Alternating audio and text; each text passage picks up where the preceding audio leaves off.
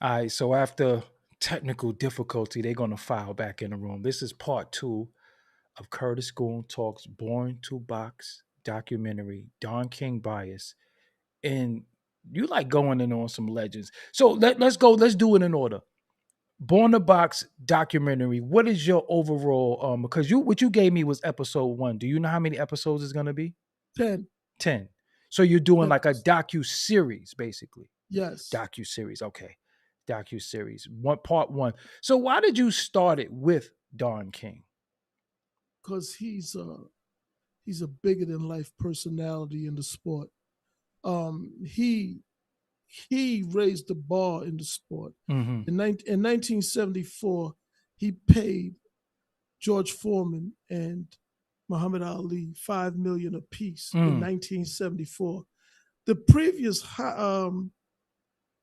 top pay before that was, I think, the fight of the century. Ali Frazier won. I'm not sure the year. I think that was like 71 or 72, somewhere around there. They got 2.5 million each, but it didn't come from a boxing promoter. It came from Jack Kent Cooke, who was the owner of the Washington Redskins at the time. But Don King came in the game and doubled the biggest payday fighters had ever had. And you know, for black men to get millions of dollars for boxing, it was unheard of, right? It had, and Jack Kent Cooke is white, right? So that's why I don't like to generically say white people don't want black. We got to be specific about who. There are some white people who think that black people don't deserve a lot of money, right? Don't deserve to have money. And then there's others who don't have a problem with it. There could be different reasons why they don't have a problem with it, right? Because if you're a white billionaire, what do you care if the black man got 50 or $100 million? It don't right? affect your bottom line. Yeah, you know, And they possibly can make you more money if you give them the opportunity, and they become a worker forever. Yeah, but if you're a white guy, and you got 50 million, you don't want a black dude to have 50 million because now he doesn't have to listen to you. See, that's the thing. It's not so much about jealousy. It's about control. Right. Although jealousy could play a part, right? Because if I got more money than you, you can't control me anymore. And that's the problem. And that's where the wealth restriction comes in, you know? So Don was paying the fighters. And in 1982, Don King paid Jerry Cooney and Larry Holmes $10 million apiece in 1982. In 1979, Marvin Hagler fought his 50th fight and made the most money he ever made. In 50 fights. Damn. In 1979, and that was $10,000. But he wasn't fighting for Don King. Wow. He was fighting for Bob Arum. $10,000? $10,000. That's what Marvin Hagler got paid in his 50th fight. And that was the most money he had ever made in 1979. But see, I gave you two bookends. 1984, $5 million apiece. 1982, $10 million apiece. But that's with Don King. See, they talk about Don robbing the fighters, right? But nobody ever talks about the guy who was paying Marvin Hagler $10,000 a fight was robbing the fighters, but he doesn't have that reputation. Right. You understand what I'm saying? Right. He either was robbing the fighters or he's a piss poor promoter who don't know what he's doing, and it could be a little bit of both. You understand? And Don, he doesn't get the credit that he deserves. In 1979, he took Mike Weaver and Larry Holmes from ABC because they didn't want to put that on their network because fights used to be on ABC. Right. And he took it over to HBO. Back then is when HBO was a satellite, small dish. Right. And they would, they would have it on and you the probably rooftops. have it was WHT and HBO. WHT and HBO, that's right. HBO was the disc. WHT was like the microwave looking antenna. Yes, you definitely remember, right? But see, what Don King did with HBO was he launched the goddamn company. He was responsible for HBO being in all the households that it's in by bringing boxing to HBO. And then Later on, Bob Arum, who, by the way, I didn't get into it too much in the episode because I'm saving it for another episode down the line. But Bob Arum's introduction to boxing was working for the U.S. Attorney, the Department of Justice, and he was investigating another New York personality, Roy Cohn, and his arrangement with Floyd Patterson, who was trained by Cus D'Amato. Now, keep in mind, we had a conversation earlier off air, right? Roy Cohn was an open homosexual. If you look at that COHN, he was a vicious political strategist. He worked under McCarthy and in the Red Scare era, where they was accusing everybody of being communists.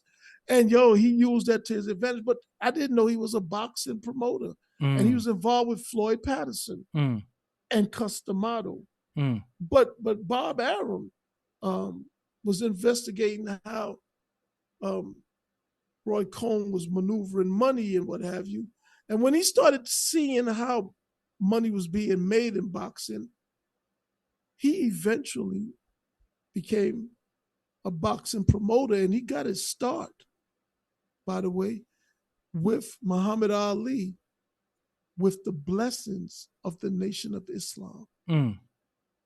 Elijah Muhammad, his son Herbert Muhammad, and even Jim Brown was involved in the formation of Top Rank in 1971 or 2 or something like that. Yeah. So basically, this guy is a cop investigating boxing, saw how much money was in boxing, and decided, hey, I don't want to be a cop. I want to be one of these guys. It's like a drug dealer go on a raid and be like, shit, all I make is $70,000 a year. I want to be a dope boy now. Right. And that's Bob Arum. So he's not from that element. And traditionally fighters are people, guys from troubled past, been incarcerated. That's why Don King moved so good with them, because they saw him as one of them, and not just because they were black. They came from the same place, So, but Don did a lot of good, man. And when he left HBO, he went over to Showtime, and it was wash, rinse, repeat. He built Showtime. Right. Showtime just had their last fight card. A month ago. Yeah, like a month ago. No, last week. Last week? Yeah. Yeah, just last week. Saturday. Yeah, since Don King came, 2023 was their last one. And HBO, ironically, went out first. Yeah, they went out first. Look, Don King, there's a lot of racism in boxing. I want to get into that really quick. I don't want you to jump around. Let's stay. But let me just make this point. Go ahead. Surprisingly and sadly, a lot of that racism is coming from Mexican fight fans, fans of Canelo Alvarez, right? What they don't understand, or maybe they do and don't care, I don't know, right? That it was a black man, Don King, who brought Mexican fighters to the mainstream. Julio Cesar Chavez. And before him, Salvador Sanchez, right? He made Julio Cesar Chavez a pay-per-view star. Right. Boxing has always been about heavyweights, right? And Mexicans are not that big. Right. Most of them are better suited for being jockeys on horses, not heavyweight fighters, right? So what he did was he would put them on the undercards. Aside from building up Mexican boxing, also, Don King doesn't get credit for introducing the term Cinco de Mayo into the American lexicon, right? Wow. Because he would promote Chavez on Cinco de Mayo. And now Canelo took it now. Yeah. Well, Don showed everybody Don is a promoter. Right. Yeah. By nature. Yeah. He could promote water to you while you in the pool. But nobody would say this. And also everybody knows who Clarissa Shields is, the GOAT. But before Clarissa Shields, the biggest name in women boxing, Christy Martin. Christy Martin. That's right. And Don made her a star by putting her on the undercards of Mike Tyson fights. Mm-hmm. So Don King was great for women boxing. He was great for Mexican boxing. He was great for boxing, period. Mm-hmm. Everybody got paid. And that's why I don't understand why these and I'm not saying all Mexican fight fans are racist, but when black men are in position, everybody eats, man. Mm-hmm. Because we understand that in order to eat more, you have to grow the pie. Right. You don't hoard the pie, you grow the pie. Mm-hmm. And that's what Don King was doing as a businessman and a promoter. But when you got other hangups or you're just incompetent and don't know what you're doing, you don't try to grow the pie. You see the pie and you try to take most of it for yourself. Mm-hmm. And Let me ask you something. Was he the first promoter to actually do world championship boxing and take boxers around the world? Because Mexicans might fight in Mexico, but he took them to Zaire, he took them to the Philippines, and they're not Filipino or African by nature, you know. So well, was he the? I I have I have some theories about that. Mm-hmm. Because when you look at who was ruling Zaire, that's Mobutu. where the rumble in the jungle was. It was Mobutu. Mobutu. Mm-hmm. Mobutu was a CIA asset. Woo. And Mobutu, a lot of people don't know before they brought the fight there, he cleaned that country up differently. yeah, but He that's why the fight went there in the first place. yeah. It was set there to make Zaire look legitimate on the world stage. Mm. So it worked out for Don King, it worked out for Ali, it worked out for Foreman. Mm-hmm. But Mobutu, his predecessor, was Patrice Lumumba. Right. And Lumumba was taking Zaire towards the Soviet Union. And Mobutu betrayed him and had him killed. Mm-hmm. But at the instructions of the CIA. Now, when you talk about the Philippines, Mm-hmm. right? Was this Noriega, the real Noriega? No, the Philippines was Imelda and Ferdinand Marcos. Yeah, I'm thinking of Panama. Panama. Yeah. Yeah, no. And they too were CIA assets. Oh, and they was listen. They were milking and raping their country. Yo, and allowing, because that's what the intelligence community gets into. Now, keep in mind, right? And read between the lines. Don King received his presidential pardon from who? I wouldn't even know. I probably was too young to know, or wasn't. George Herbert Walker Bush. Who was the head of the CIA? Who was the head of the CIA in 1976 for 11 months. And look, you understand what I'm saying? Yo, the shit is deep, man. Like, a lot of people don't really understand because they don't take that deep dive into anything. It's all surface level. Mm-hmm. They regurgitate propaganda and promoted narratives and talking points. And they don't really know. And I don't like to get into debates with stupid people at all. What I say, everybody audience know that I always say, people regurgitate. They don't research. And if a popular voice said it, if Dr. Umar or somebody said it, y'all just regurgitate it because you like the popularity and you always take them for being right. But like I told them the other day, I said, it's stuff that Dick Gregory said, and I love him to death, but was cap. And I could prove that it was cap. But just because you speak with search voice inflections and stuff, it be cap a lot of times. You know what I'm saying? Man, go ahead. Dick Gregory said that the Atlanta child murder victims were actually kids from the Jonestown, Guyana massacre, because he claimed that the children had decomposed too quickly. He claimed that it was part of some plot of getting interferon from the penis tips of the young pubescent boys. I read this when I was in high school, and I've never forgotten it, right? Mm-hmm. And I've always kind of, let me say this, doggy, and I don't want to go off on Dick Gregory because we're talking about boxing, right? Yeah. Another thing that I say is that truth is the foundation of everything, even falsehood. So even the devil will tell you the truth to a point. Broke clock is right twice a day. Yeah, even but the confidence man, the deceivers will tell you the truth. That's how they gain your trust. Mm-hmm. And then when you drop your guard, and that's when they take you for a ride. You Mm-hmm. know what I mean? Mm-hmm. Mm-hmm. And that's just what it is. Malcolm X, Malcolm X did not have anything favorable to say about Dick Gregory. Dick Gregory. That's I right. told him that. I said he Look, dissed. He said, yo, but y'all put y'all faith in trumpet players and comedians like Dick Gregory. It's out there if they want to find it. yeah, it's all out. And that's not to say that Dick Gregory didn't Didn't say do, some yeah, good he didn't things. say, but he But we conflated a lot of stuff and capped but on a lot of we stuff. we as a people, right? We place a premium on oratory, Mm-hmm. right? Because the first prominent black people were who preachers. Mm-hmm. Right. You see, it has always been approved for black people to be in a space where they can't do too much damage. Could So I could you tell the audience we did not previously have this conversation because they no, know we did everything not. you're saying right now, bro. I told them this 2 nights ago.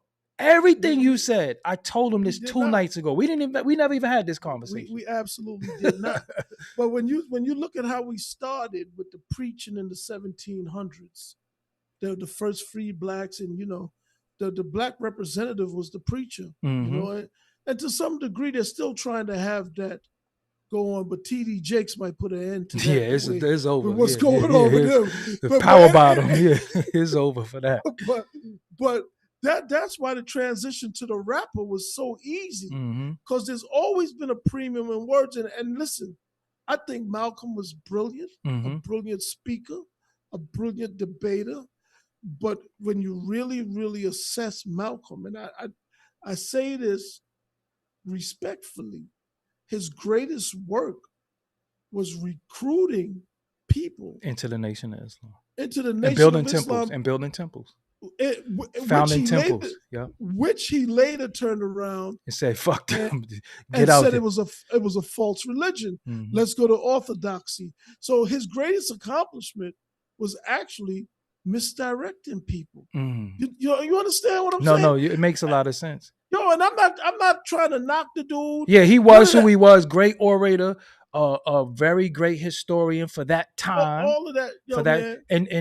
and when the white folks sat before him, he smoked Bayard Rustin, who they just made a documentary about. And if y'all want to get into who he is, y'all really don't want Oh, to have that oh, conversation. Bayard Rustin was a CIA asset as well, and working in Dominican Republic and in Africa. But did you And see? he was also openly gay. Yeah, and He you heard he got caught. He got caught with before too. He got caught with the on white men in the and parking lot in the car. exactly. Yeah, Yep. that's in my first film, Yep. Black, White, and Blue. Right. Oh, that's You why I know, saw that. That's why I saw. But I yeah, already had researched that. But yeah. he Look, also man, was the one who brought a lot of the nonviolent stuff to Martin Luther King too. You know what I'm saying? He was the one that brought a lot of them ideologies to be nonviolent. It wasn't no Gandhi. It was him. listen, And listen, Malcolm man, tore him up. Look at their dialogue. listen, man. So much of what's going on. This is why I don't really want to get caught up in history, because I understand Mm-hmm. that so many of our heroes were really zeros, right? Mm-hmm. And I don't want to spend time destroying people's heroes, The right? legacies, yeah. And the I legacy. just want to say, like, look, man, Moving forward. let's do something different, Right. because that shit didn't really work as good as you think it did. Right, right. They're teaching you that it works. We got a whole industry. We're talking about film Mm-hmm. that's used to program people. And there's always these civil rights movies and these Slave movies. these slavery movies, and it's used to reinforce a certain mindset and way of thinking. That we glorify things that we don't even know if it's true. There's a quote from Napoleon Bonaparte that I love, and he said that history is a set of lies agreed upon, right? So my thing is, I don't want to spend time making lies up to counter somebody else's lies. The most important history to me will always be my personal history. What did you do with your time in this world? It's funny Study that you that. said that, bro, because I Study had told that, man. people, I Shit. had told the audience before, I said, yo, history is nothing but feel good moments. You Yeah, got man. dudes that's homeless to say, we built the pyramids. Build them now. You homeless. Look, man. We was The all mo kings. No, he wasn't. the most important history is your personal Yep. history. Yep. And a lot of people like to talk about everything but that. Right. Get to work, man. Right. Right. Get to work. What did you do? Boxing. It is, they made Don King synonymous with crook, but it was a lot of corruption in boxing. I believe Sonny Liston took Absolutely. a dive. Uh, I believe he took a dive. We know he was mob control. Well, listen, Sammy the Bull said, Yeah, I that's what had I'm Sammy saying. the Yeah, Bull yeah, in the you had front. Sammy the Bull. Did you hear what Sammy said? That they wanted He's to, that John Gotti said kill Don King. That messed my head up. But he look, said, why kill him if he's making, he explain what Sammy the Bull said, if we're gonna give him a well, little teaser. I interviewed Sammy, right? And Mm-hmm. I remember what he said, but I gotta watch the episode to see what we put in that episode. But in the interview, Sammy said Don King actually is why the mob had to get out of boxing. He said because Don paid the fighters so much, right, that you couldn't get them to take a dive anymore. Right, right. Yo, he said that on record. It's going to be in one of the other episodes or something. That was on I this don't think one. No, that was on this one. it was on that It's one. on this one. Okay, Yes, sir. yeah, because you know I actually did all the interviews. Yeah. I actually solicited all the subjects that's Did going to Asia be in edit there. this as well? Oh, Asia's bomb. Shout out to her, the great editor. So that goes to show he or nor I have anything against black women. Okay, so Oh for man, I can't yeah, do nothing without Asia. School yes, TV is Asia. exactly. Yep. Born the Box, Black, Right. White, and Blue. Asia directs. Asia edits. Asia gives me all the a lot of that old footage that you saw in that documentary. Mm-hmm. Asia dug Because it that up. was very archival footage. Yeah. I would give her the storyline Mm-hmm. because I would tell her what it was and what we're trying to do, and then she'd come back and show me what she found because she's an astute researcher, right? Because she is formally trained in all of this shit, Mm-hmm. right? Mm-hmm. I am not, right? You Right, know what I right, right, mean? right. But it works good together. Like she put together a pitch deck with motion graphics Mm. that I got to send out. Yo, that's fire, man. Like Mm-hmm. when I saw the pitch, I was like, Right. you know what I mean? But listen, I work, if you go to schoontv.com and click on my team, Yeah, you highlight everybody as well. Mm-hmm. yo, bro, Mm-hmm. I don't have a problem. There's, it's nothing misogynist. I love black women, man. Mm-hmm. But I also call bullshit when I see it, whether Right, it's coming right, right. from black men or All black both, yeah, women. yeah. If Yeah. you can't take it, I don't care. You know what I mean? Like that's just how I see it. I And want I to I give want to another ask you something about when does the documentary, are you looking for distribution before you put it out, or are you going to Vimeo it? What is your plan? Not gonna Vimeo it. I'm actually gonna shop it. Because that looked like something that it look if in my assessment that would look great on Amazon Yep. or Netflix. That's definitely Netflix or Yeah. Amazon. Yeah. But see, here's where I really want to go with it. Mm-hmm. I want to go wherever PBC goes. Right. Okay. And because I feel like that's where it has the most value. Right. Right. If a network or streaming platform is hosting boxing, they need content like that more than somebody Because who's it's not. historical. Yeah, and also to keep a captive boxing audience coming back. Right. One of the reasons why Showtime got out of boxing is because even though they would have Showtime pay-per-view or whatever, the people who bought the fights, they didn't stay for Showtime anytime. Right. See, Showtime is a network. Right. They're not in the business of promoting fights. Mm-hmm. They will get in the business of promoting fights if it can increase its subscriptions. Right. But if it's not doing that, What's the then point? the juice isn't worth the squeeze, right? They really want people to subscribe to Showtime. So I don't think boxing was doing it for them in the way that they was utilizing boxing. So what I'm offering with Born to Box, and by the way, the website is borntoboxfilm.com. Mm-hmm. Visit it. You'll see all the people, the champions, everybody I interviewed, right? But what I'm doing with Born to Box docuseries is I'm providing boxing content Right. for a fraction of the cost that it would take to promote a fight. And from a promoter standpoint, this is a little boxing business 101. The majority of boxing promotion fight cards don't make money. Mm. But the ones that do make money pick up the slack for the ones that don't. Right. And Like record that's deals, same thing with record labels. say, The yo, person, man. the person who sells all the records feeds the building, Yup. and his album selling is why you got your budget. Yes, correct. You know Mm-hmm. what I mean? Mm-hmm. And there's a lot of people who benefit not off of their own contribution, but off of somebody else's.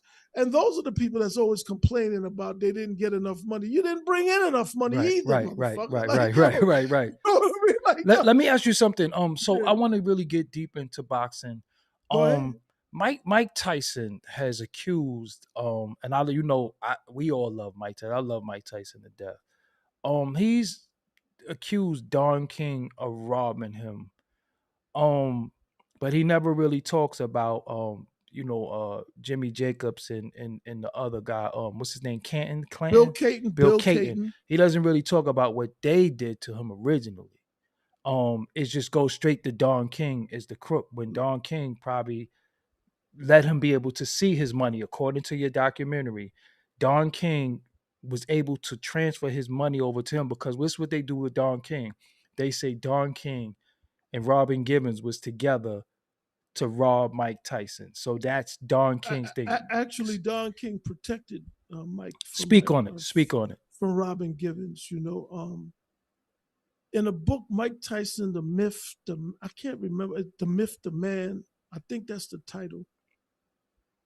There was talk, gossip, that Donald Trump had some kind of alleged relationship with Robin Givens.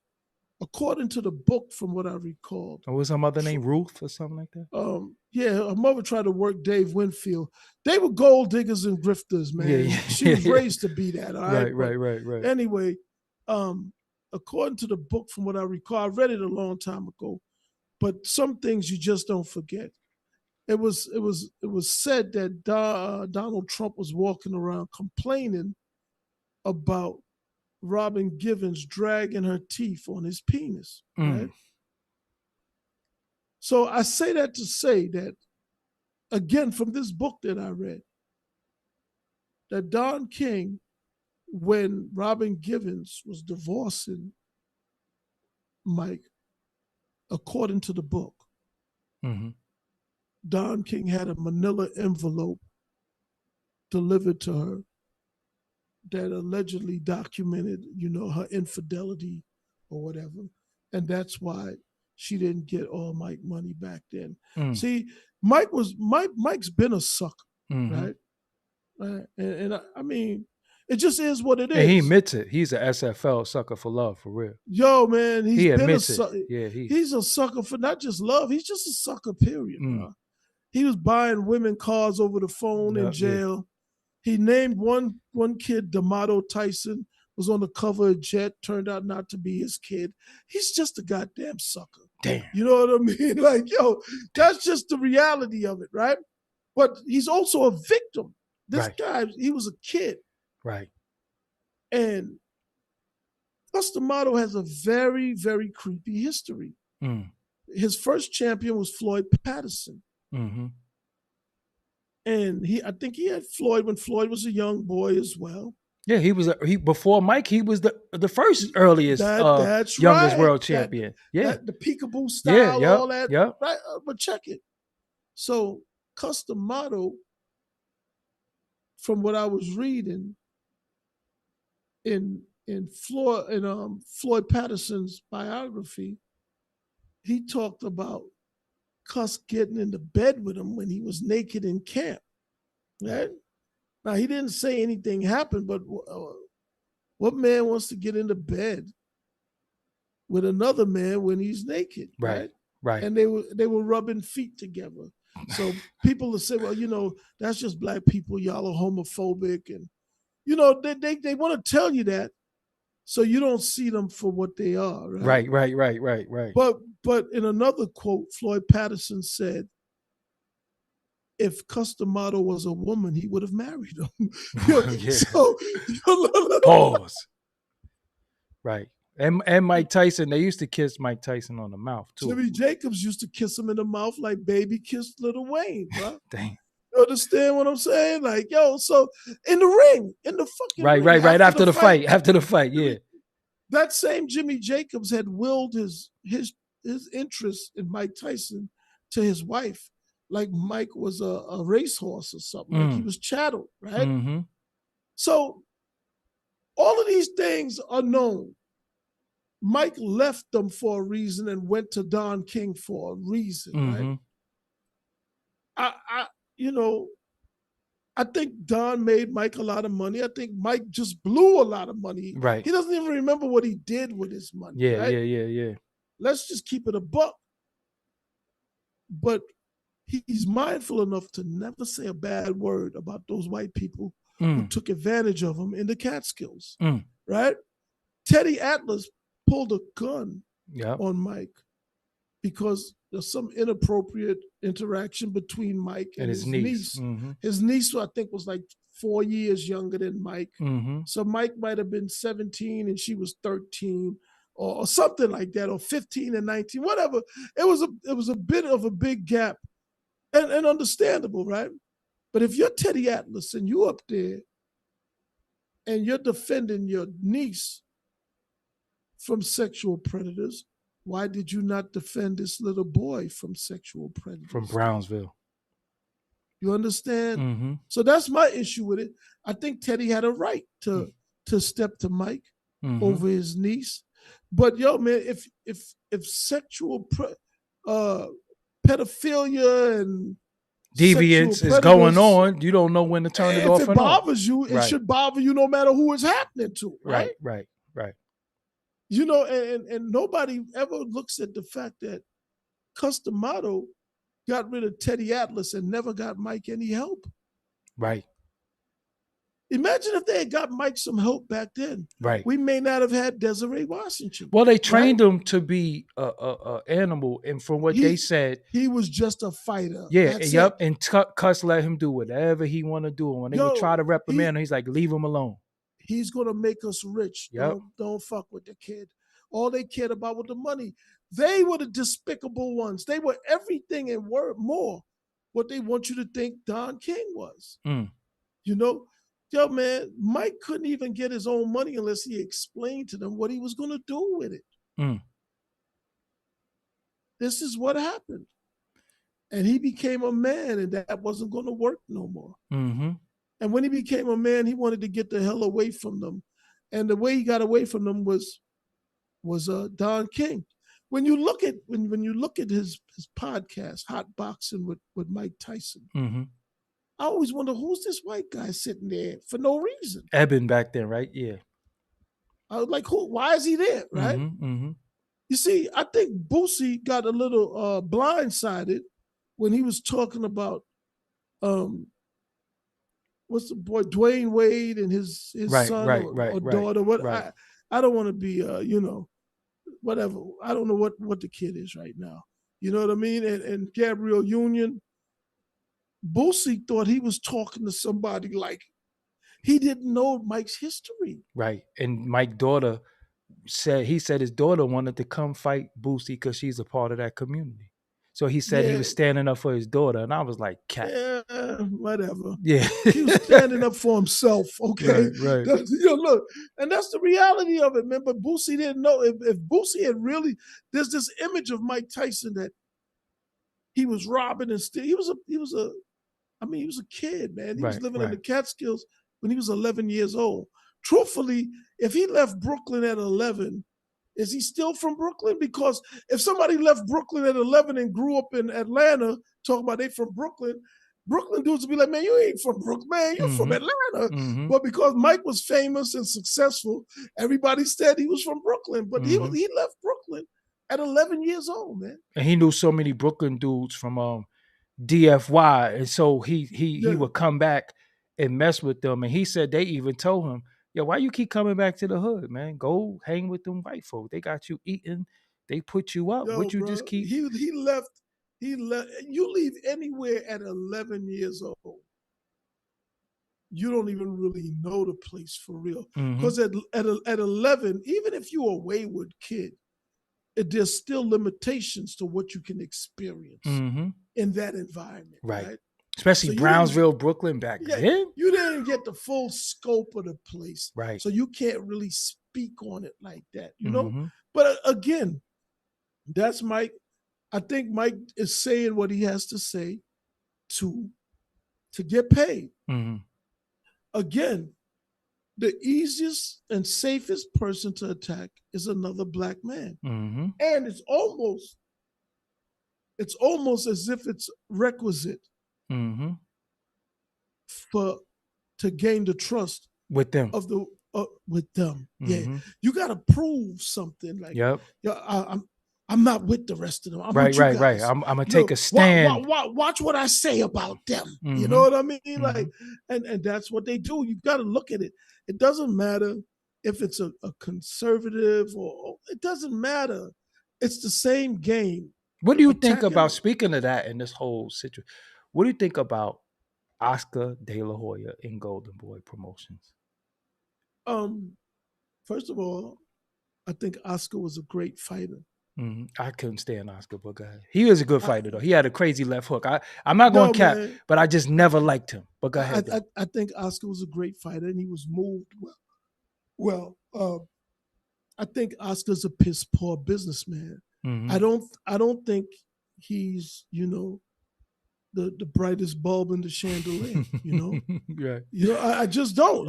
Right. I'm just being candid and honest, and I'm saying it on the record, not anonymously. The things I've said about Mike, I don't give a fuck about Mike. Mike ain't gonna do shit to me. You understand what I'm saying? People be talking about, yo, man, I'm gonna send this to Mike. Who cares? Right. What the hell he gonna do? And the same goes for Oscar, right? But Oscar started his company with a gentleman named Richard Schaefer. Yes. Golden Boy Promotions, right? Bob Arum had said some things about Oscar, said something he needed to retire and make music or some disparaging. Bob is an ornery old dude, man. Right. You know what I mean? Like, and gets away with anything he says. Oh, because he's an old white guy, man. He'll talk shit about a black or a Mexican. Like, yo, these Mexicans don't even know in 1954, Eisenhower had a program called Operation Wetback. You could look it up. What? Yes, Operation Wetback. They deported 1.3 million Mexicans in 1954. So the terminology come from them? From way back then. Damn. It was called, I don't know where it comes from, but it was in use way back then. Damn. You can look it up, Operation Wetback. When Trump says he's going to have the biggest mass deportation in history, the previous one was Operation Wetback at 1.3. But anyway, back to Oscar De La Hoya. A lot of these Latinos, they got to understand, man, that their skin may be fair and their hair might be straight.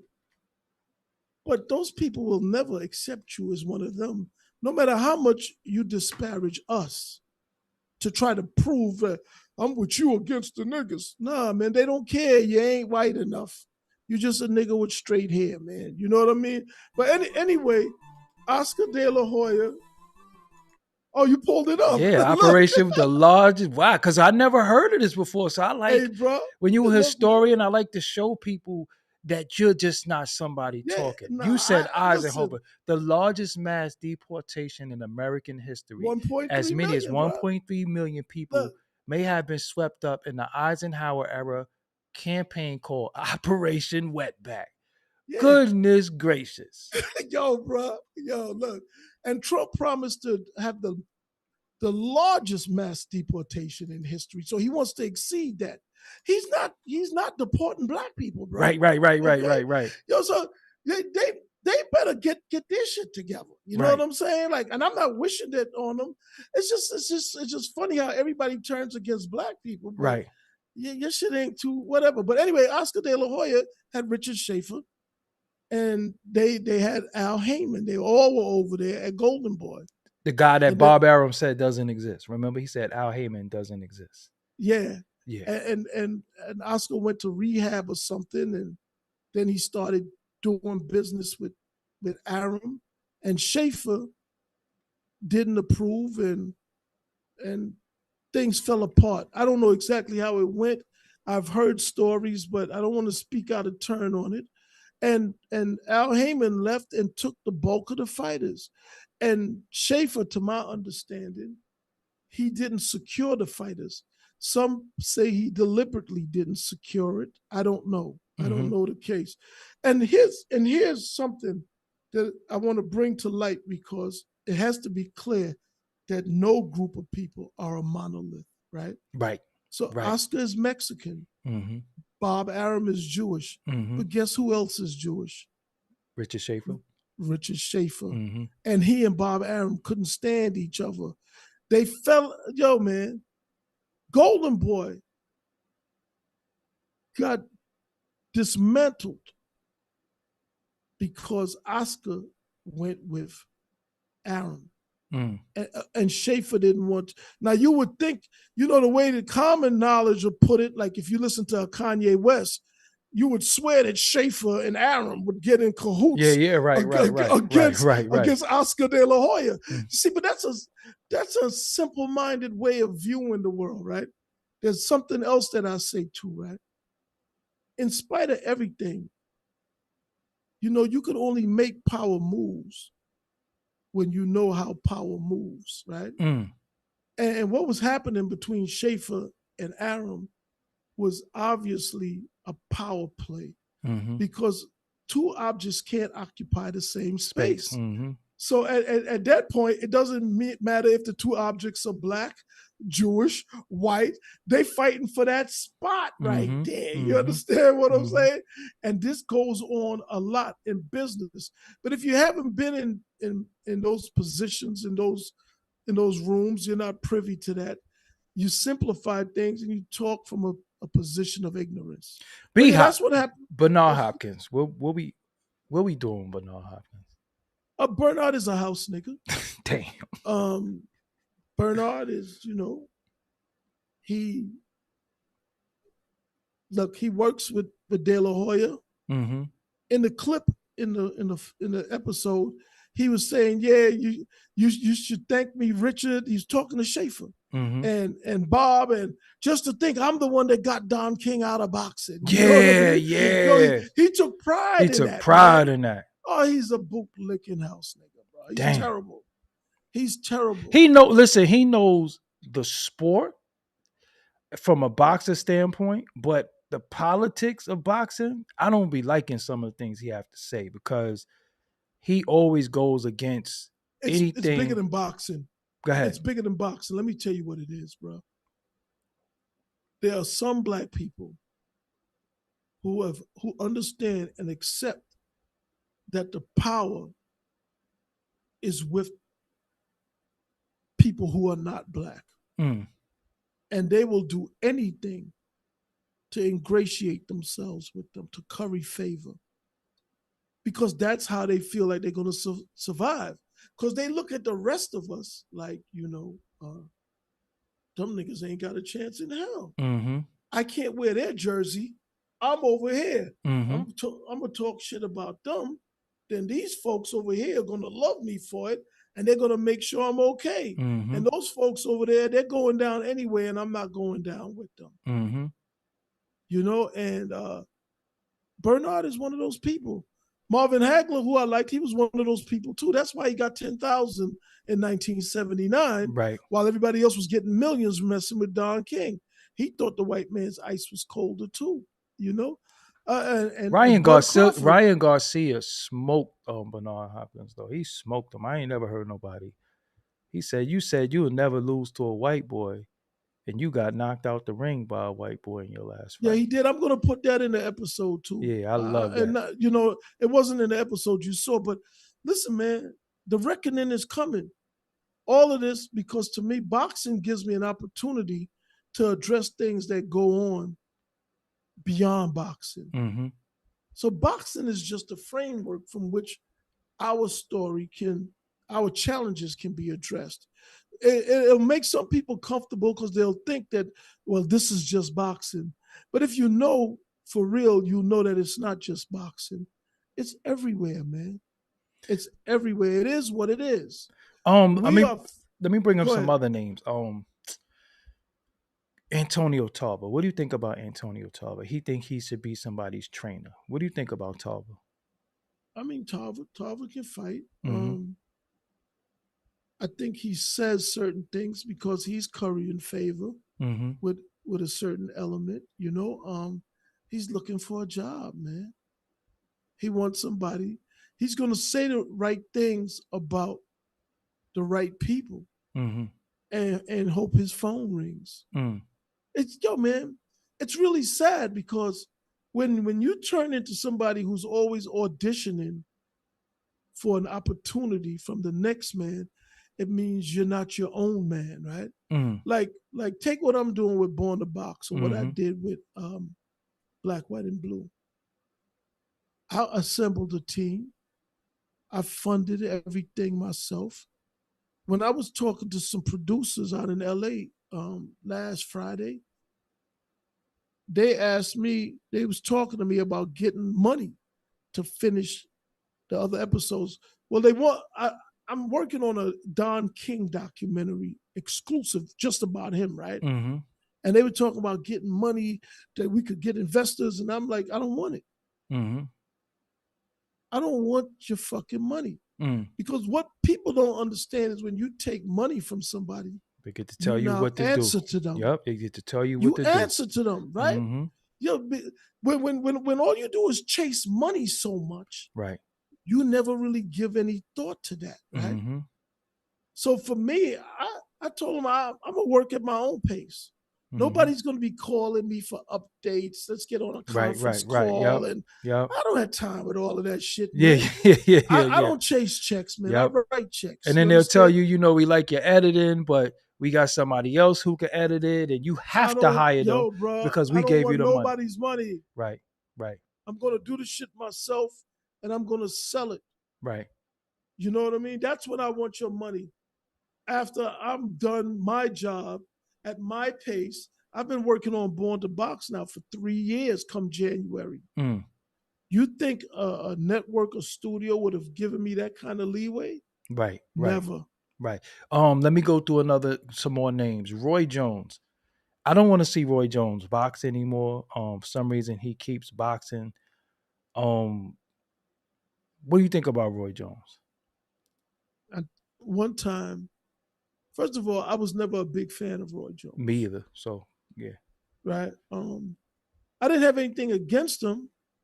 I just know that in boxing, there's some weight classes where all the smoke is.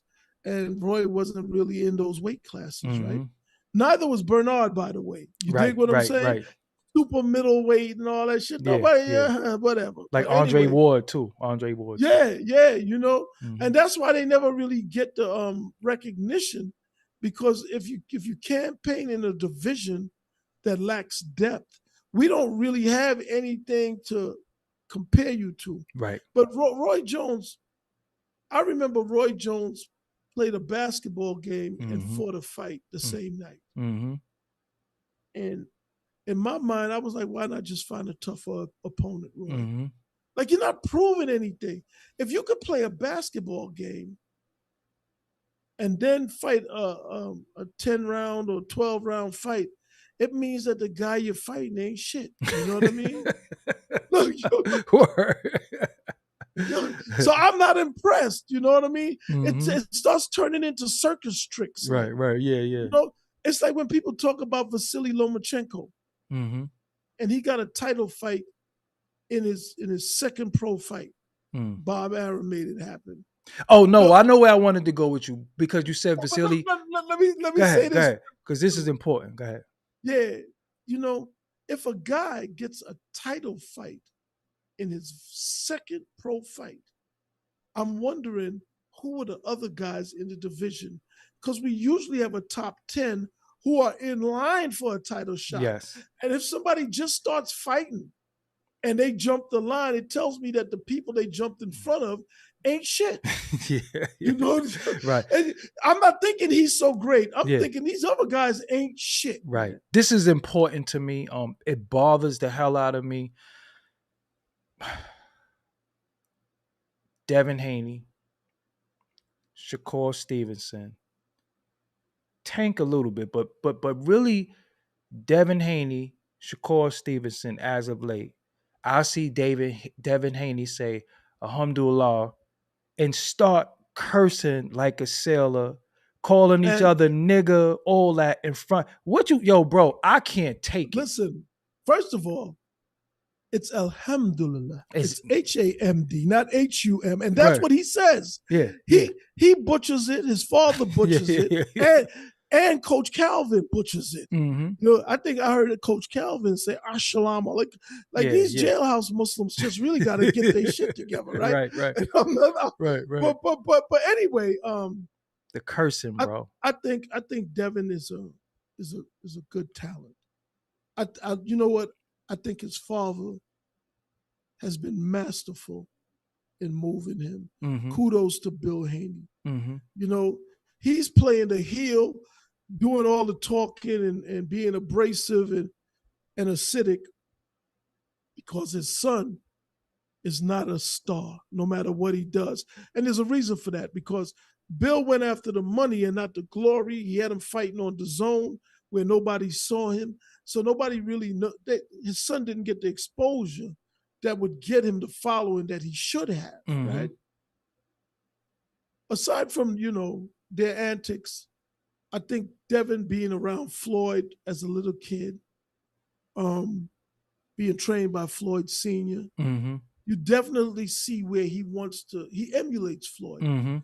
But he doesn't have Floyd's money, right? Right. Devin has far more money than me. Right. And granted. But I don't know if it'll stay like that the way he's spending, right? I think he's a young guy. I think he belongs at 147. And I think instead of calling out Tank, who's definitely shouldn't be at 140, I saw that with Mario Barrios. Even though he won, he just barely squeaked that one out. Right. You know what I mean? Right. Like, because he was down some rounds, right? Right. Tank gives away a lot of rounds. Yeah, he give away about 6 sometimes. He give away half the fight. And you can't do that to somebody who's bigger, athletic, hitting hard and longer, because you're gonna get yourself hurt trying to close. But let's address the language, bro. It drove me crazy because when Lomachenko and Kambosos work on their fight, they not gonna be sitting there calling each other. Devin is a square. Devin is a square, right? Yeah. I don't want to like. I tried to say good things about him because I want the best for him. Right. But it's obvious he's pretending to be a street guy, and he's not. It's obvious, right? Right. He's from Henderson, Nevada. He went to a private school. These things are cool, man. He's all right. Right. I went to Catholic school. I'm not knocking him for that, but he just need to be himself and let his father be the ring master. Right. And Dev just, you know what I mean? And I think that would work better. Now, Shakur. He gets on my nerves, them tweets. Oh, listen, Shakur, what I don't like about Shakur is that he got so much vitriol for black fighters, black trainers, black podcasters. He jumps in the ring after Devin Haney and Lomachenko fight.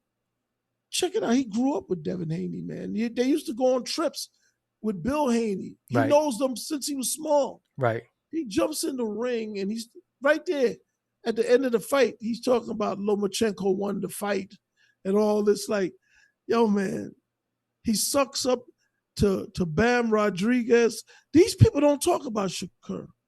He said Tyson Fury could beat Muhammad Ali. I mean, he's just a bootlicking nigga in training, bro.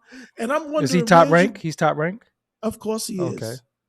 because he knows where his bread gets buttered. This is what I tell you about black people. This is the problem.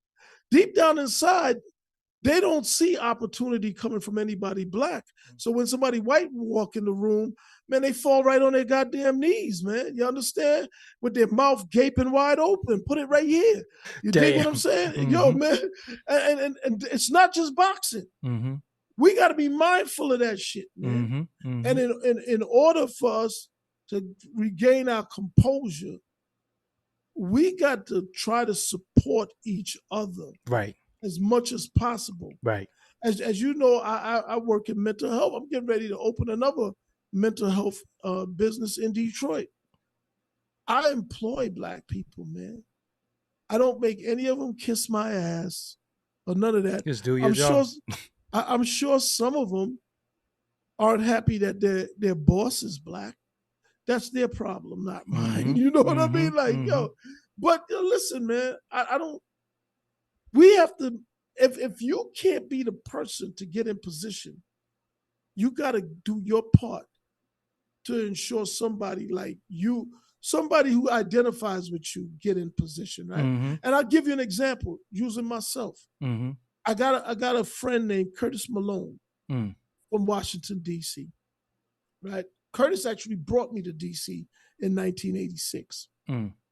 Curtis had the #1 AAU team in America, DC Assault. Mm. He sent so many people to the NBA. Curtis caught a case like around 2013, 2014. I can't remember the year. Turns out Curtis was selling drugs because he needed the money to take care of all them kids, because when you got them kids, they come from the projects. Part of the recruiting, you got to be able to give, because we're usually in a position where it's not just that we don't have, but we need. Right. Right. Right. Right. Yo, so you have to be able to give something to get something. Mm-hmm. So anyway, Curtis called me from DC jail. And he said, yo, Scoon. I said, what's happening, man? He said, hey, man, my daughter need a job. Mm. I said, yo, send her over. She was 18 at the time, man. I think she's 27 now. Mm-hmm. She's my office manager, bro. Mm. And she does good work. Now, how many black people can call somebody And from get a anywhere, job. much less jail, Right. and get their kid a job, Right. hired on the spot? We don't have that kind of clout and cachet in our community, Right. because not enough of us are doing things that's meaningful. In All the this community. fucking Yeah. TikTok influencer Yeah. and all this stupid, goofy shit Yeah. Yeah. is not helping anybody. Right. Right. Right. You know what I mean? Like, Yep. yo, man, it is what it is. So that I just use myself, because I'm not going to deal with the theoretical. I'm telling you, in practical application, more of us got to get on the playing field. And you know, it's Because funny because we I be had saying that a lot of times. I be saying people be talking, but you ain't speaking on nothing tangible. You speaking on ideas, you speaking on wants, and you speaking on wishes. Show me your work. Show Well, me look, what man, you did to change something. Cause stop saying we. I hate when the, people be say we. What did you, like what you said earlier? What I was talking to somebody today and I said, yo, I want my legacy to be this and that, based off of what I did, not off of what somebody else did, what I aspire to, because I don't even want to be like none of these niggas. I don't bro, want to be like none of them. listen, And man. having money doesn't make you legendary. That means you either kiss some ass, you had a little talent, or you did something like you said. You did. That's one thing Teddy Atlas say. Follow the money. When you follow the money, you'll see the corruption in boxing. You know what I'm saying? The referees in boxing, what you think? Because it's a guy named Cheatham. That's a good name for him. That's a good name for him. You know, we can't prove anything, but I think anybody can be bought. I mean, NBA referees have been bought. NFL referees have been bought. I don't see why boxing should be any exception but you got to watch. You got to watch things, not just referees though. I think the easiest case are the judges Right. because they make the decision That's what I meant to say. The on judges. who I said won. referees. I'm wrong. I'm incorrectly Yeah. said referee, but I mean the judges. The Oh judges. man. In the last 4 or 5 years of boxing, I've seen some of the most horrible decisions ever, and I'm like, what the hell is going on? What is going on? They got CompuBox now, Mm-hmm. but that's not accurate. Wow. Sitting ringside watching a fight, and when I say ringside, I don't mean in live attendance. I mean literally, like right there watching the boxers as a judge would. Mm-hmm. I think the fight looks a little different. Mm. You know, personally, I've been to quite a few fights. My first fight was Mike Tyson and Razor Ruddock, June 28th, One or two? 1991. Yeah, Oh, two. two. The rematch, yeah, that was fire. Mm-hmm. June 28th, 1991. Well, actually, my first fight was the day before that. I saw Tommy Morrison fight over at Bally's on a Friday. Mm-hmm. The main event was on Saturday. But and my last fight was just Spence Crawford. No, don't bring that up. I'm Yeah, devastated. I'm I still was there for devastated that. by that. I've seen Floyd fight. I saw Floyd fight Canelo. I was there. I've You seen a seen lot. Floyd school Canelo. Let's say Yeah, that. yeah, he won almost. He Yeah, won yeah. almost every That was round, if that. not every round. Yeah, Yeah, that wasn't no fight. That was calm down. You ain't ready for this yet. yeah, and Canelo. They say he was too young, but he had over 40 fights. Right. Yeah, and he was 23. And really, boxing is really a young man's game, right? Mm-hmm. So, and you are in your physical prime. Like when Sugar Ray and them was 23 and Hearns, and when they Mm-hmm. was 23, 24, 25, Parking shit. 26, They was parking shit. that was when they was at the apex of their Mm-hmm. game, bro. Right. They was parking shit. Yeah, for sure. Because Hearns Well, was almost too big to be in that division, but he had the weight, but he was just taller than everybody. yeah, lightning quick. I That ain't gonna punch. front. My favorite Hagler, my favorite boxer from that era was Marvin Hagler. Yo, man, there's when I interviewed Richard Steele and we Mm-hmm. were talking about Hagler Hearns, Mm-hmm. he said after the first round, I think Hagler's head was bleeding, Mm-hmm. his forehead, Right.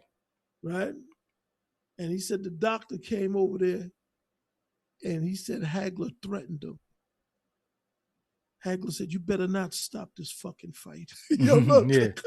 And then he went out there and did his Because job. I love Hagler because he was mean. You know what I'm saying? Like he was Yeah, mean. bro. He was mean. He He was was mean. Yeah. mean. You had to be mean to withstand that kind of punishment Right. and then come out on top. Right. That's you don't see that kind of dog Yeah, he was in the mean. ring. Mean. Yeah, so that and when he fought John the Beast Mugabe, you know what I Mugabe, mean? no, because Mugabe wasn't no slouch. Nah, he wasn't no slouch. Mugabe, yeah, that was a tough fight. Hagler took care of him. So those are the fights that I really that made me a Hagler fan. You know, Yeah, because Tommy was no joke, man. yeah, he was just tall. What he did to Duran, nobody did that to Duran. Yo, man, Duran fell asleep on his face. Right. But Duran's resilience, Yeah. that he could come back from losses and win big fights. Mm-hmm. And then oddly enough, when Hagler fought Duran, he showed him too much respect. Right. You know, I watched the Four Kings. It was Hearns, Hagler, Duran, and Leonard. Sugar Ray Leonard was doing some bullshit to them. He would win and retire and have people get out of shape and then come back and say, "Yo, let's fight." Yeah, Ray, Ray was a talent, but I think Ray had distractions in his life. Yeah, he was a custody too. Remember, he was a custody. Yo, bro, He was a custody. He was a lot of things, man. I'll just leave it at that. Yeah. Yo, look. Don't bring up Johnny Gill. But yo,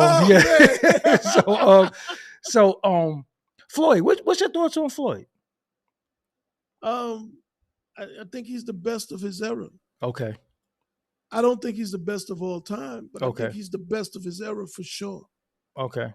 I think at 135, Man, To my Pretty Boy. That was Pretty Boy. yeah, yeah, Pretty yeah, Boy was yeah. mean too. He was super mean. I You love the know, Diego Corrales fight. Oh my God, I love that fight. everybody did because Oh man. Diego was tough. Diego he was like a Hearns. He was whipping their ass because he was tall for the weight. I don't like his trainer. I never liked that guy. Goosen, Yeah, I never Joe liked Joe Goosen. Goosen. Never. I Yeah, never liked Joe Goosen or Lou DiBella for some reason. I just never liked them two guys. you know, a lot of these dudes, man, they do get the benefit of doubt. You Mm-hmm. know, they don't accomplish much. To me, the best boxing trainer was Emmanuel Stewart. Facts. Yeah. Facts. You know, Crunk Jim. Facts. that Yeah. who could touch him? You Right. know what I'm He saying? was the But all time great to me. And it's like and even with Angelo Dundee used to get a lot of credit. But when you got Muhammad Ali and Ray Leonard, they're like their trainer in the ring. Right? You don't there's not really too much you could tell them because they was going to figure out. And that's how Floyd had got after a while. He didn't really need Roger or his pops no more. Like he understood the science of it so much that he was his own trainer in the ring. But so he if he not the best ever, who is there a best ever? it's kind of hard, man. But you know, when it comes to boxing, you got to look at you know, it sounds like a cliche, but Sugar Ray Robinson.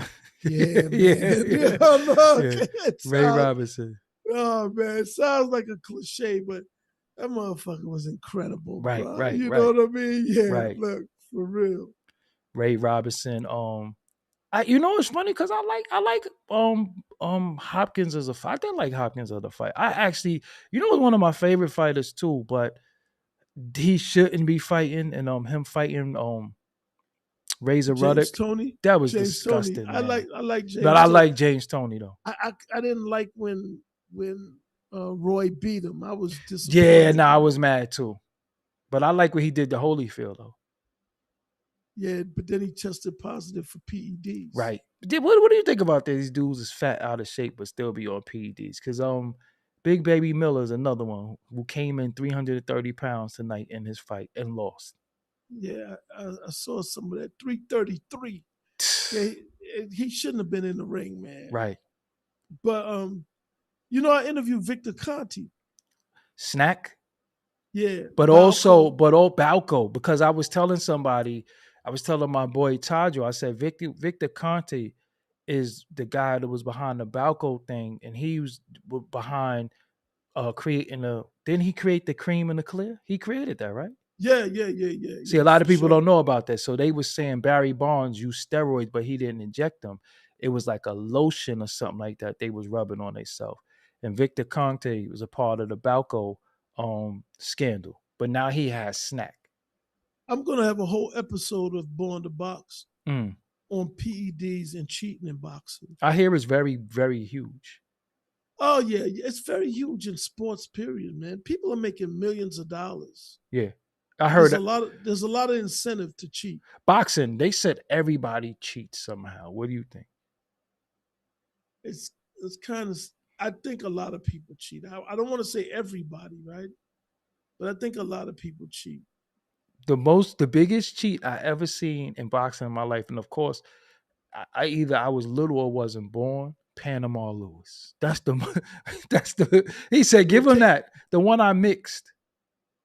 well, I was thinking about this today, but Antonio Margarito, Margarito, yeah. yeah, with the But nah, plastic. but think about it. That was a cheat. But what Aaron Pryor did to Alexis Arguello, he would not stop punching. Remember, he had energy. And in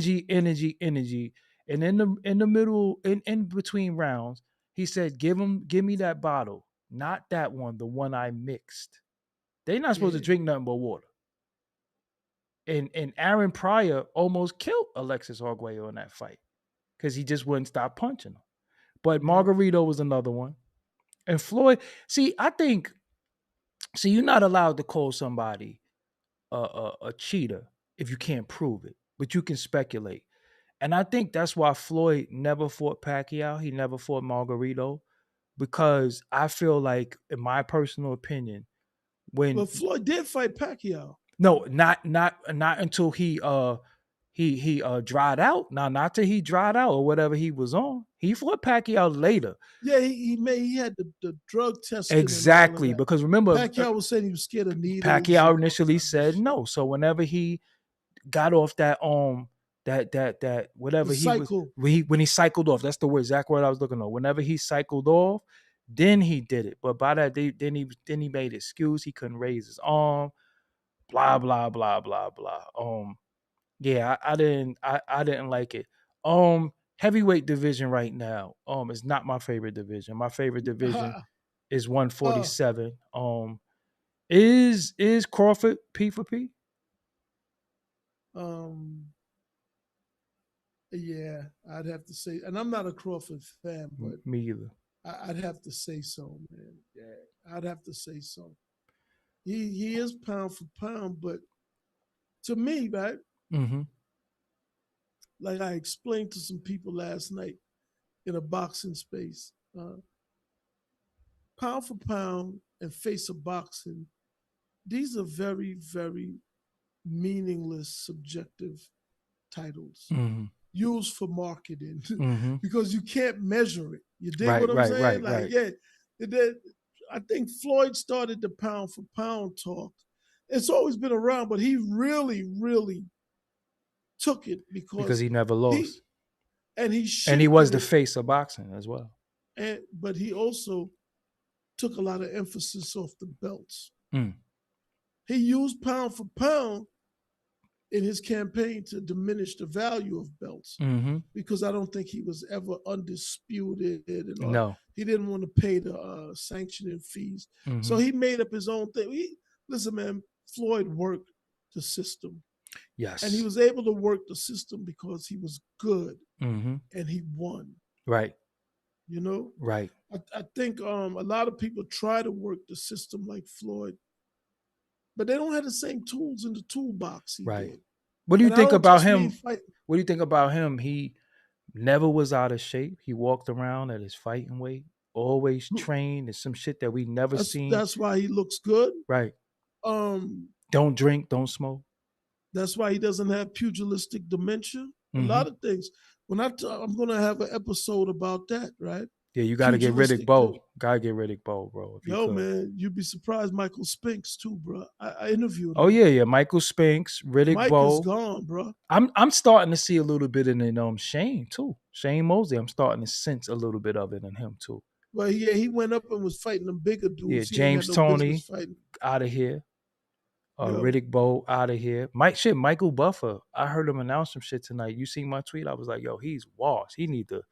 And Michael he ain't never. Buffer. Yeah, he never even got points in his head. Oh, look how long he been doing that shit. You know, let me tell you something, man. When I talked to some fighters about it, I even interviewed a neurosurgeon Mm, about the damage from impact to the brain. But when I talk to fighters, they the consensus is that cutting weight, drastic weight cut, it depletes your body of so much water mm-hmm. that it even depletes the Because water. that's your brain is surrounded by water. Mm-hmm. Yeah. So Mm-hmm. now when you're getting hit, your brain is banging up against your skull, right? But Mm, this is what the fighters were saying. So I brought that up because it ties into your point about Floyd. Right? mm-hmm. Floyd fought at 147, and from what I've heard, he's rarely ever weighed more than 152. Right. You know, the most he would gain between fights was like 5 pounds. So he was a true 147, Mm-hmm. right? Mm-hmm. But you got guys like Devin Haney. Right. He fought it at 140. That shit he did the other day, I wasn't feeling. I was kind of mad that he. Listen, but he got in the ring at 165. Right. Yeah. How do you rehydrate 25 And pounds? what I said though, because I feel like he did a drip.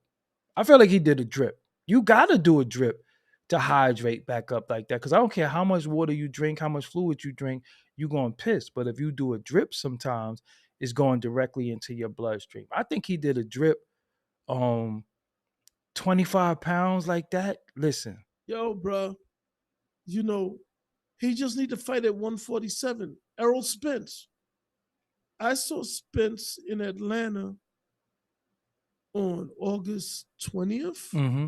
25th, I think. Mm-hmm. It was a day before my daughter's wedding, right? Mm-hmm. And it was less than a month after his loss to Crawford. Mm-hmm. I took a photo with him, right? Mm-hmm. Yo, he was easily 170 Yeah, they pounds, say he man. walk around 180. Yo, he was easily 170, and I mean no fat, bro. Mm-hmm. You know? So if you losing 30 pounds to make weight, Mm-hmm. you cut muscle too. Right, right, And that's going to make you weaker, especially as you get older. right, right. So I think if a fighter, if you're a heavyweight and you got to cut 20, 25 pounds, that's okay. Yeah, because you could do that in camp. Yeah, You could but do that in camp. if you're a welterweight and you got to cut 25 pounds, something is wrong. Right, You should be fighting at a higher weight. right. You should be maintaining your weight in between fights. Because There's Bernard what did it. Yeah, a few of them were disciplined. They did it a few of them was disciplined. disciplined. There's a lot of them that's weight bullies, Like right? Canelo.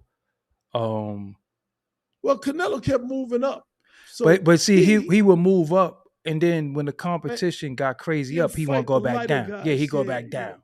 Because Or once you go up and he'll you make fight little people Bevo come up. Yeah, and he whip your ass like that, you up there now. You understand what I'm saying? yeah, So I don't like what Haney did. I think that wasn't fair to Regis at all. And I think Javante caught on to what they was doing. That's why he yeah. has a no rehydration clause. And Devin Haney, like, yo, I'm not doing it. But how is me as a person fighting you at 147 and then I gotta fight a middleweight the next day? Mark Too Sharp Johnson was the only fighter that I interviewed who suggested they bring back the day of weigh-in, Right, so you don't get time to rehydrate. right. You know, they said that they started doing the weigh-in prior to the fight to save lives, right? Mm-hmm.